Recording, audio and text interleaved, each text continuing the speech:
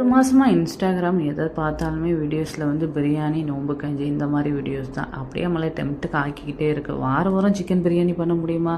அவ்வளோதான், வீட்டில் அடி உழுவும். நம்மளுக்கு பிடிச்ச வெஜிடபிள் பிரியாணி பண்ணலாமா? பக்கத்து வீட்டில் இருந்தே இன்றைக்கி என்ன பிரியாணியா அப்படின்னு கேட்டுருவாங்க. அவ்வளோ வாசமாகவும் சூப்பராக இருக்கும். என்னுடைய ஸ்டைலில் வாங்க பார்க்கலாம்.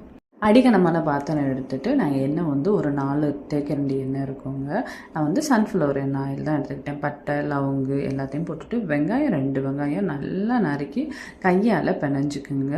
பிணைச்சிட்டு அதை போட்டு நல்லா வதக்கிங்க. வதக்கின அப்புறம் இஞ்சி பூண்டு பேஸ்ட்டு ஒரு 4 டீஸ்பூன் அளவுக்கு போட்டு நல்லா வதக்கிக்கிறேன். நான் 1 கிலோ பிரியாணி வெஜிடபிள் பிரியாணி பண்ணுறேன். 1 கிலோ ரைஸ். அதே மாதிரி கொத்தமல்லி, புதினா ஒரு கைப்பிடி, தக்காளி 2 நல்லா வதங்கின அப்புறம் 1 டீஸ்பூன் மிளகாத்தூள் போட்டுக்குங்க.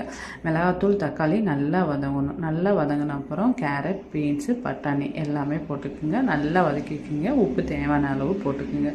அதுக்கடுத்து